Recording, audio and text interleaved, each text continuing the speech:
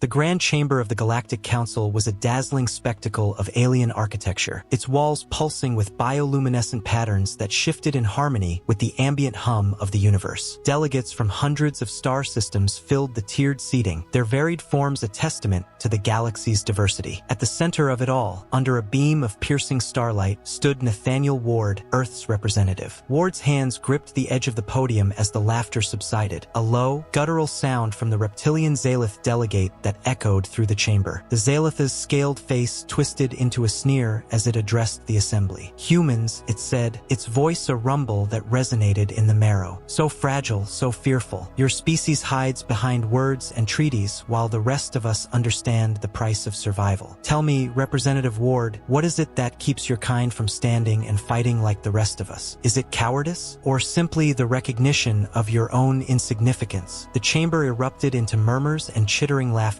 the delegates exchanging glances that carried both amusement and derision. Ward stood silent, his face an unreadable mask as he absorbed the insult. But within him, a storm was building. When the room quieted, Ward stepped forward, his voice cutting through the lingering echoes like a blade. "Insignificance," he said, his tone calm but laced with steel. "That's the word you choose to describe us. And yet, here I stand, representing a species that has survived against odds your kind could scarcely comprehend." The Zalith delegate hissed, but Ward pressed on, his voice rising with conviction. "You mock our reluctance for war as if it's a weakness. But let me tell you what it truly is, a choice. We know the cost of conflict, the weight of loss. We have lived it, breathed it, rebuilt from its ashes. We choose peace not because we are afraid of war, but because we understand its consequences better than most." The murmurs in the chamber shifted, the mocking tones replaced by a ripple of unease. Ward's gaze swept the room, his voice now resonating with the kind of fury born of centuries of struggle. "But make no mistake," he continued, his words a crescendo of defiance. "Our restraint is not infinite. Push us far enough,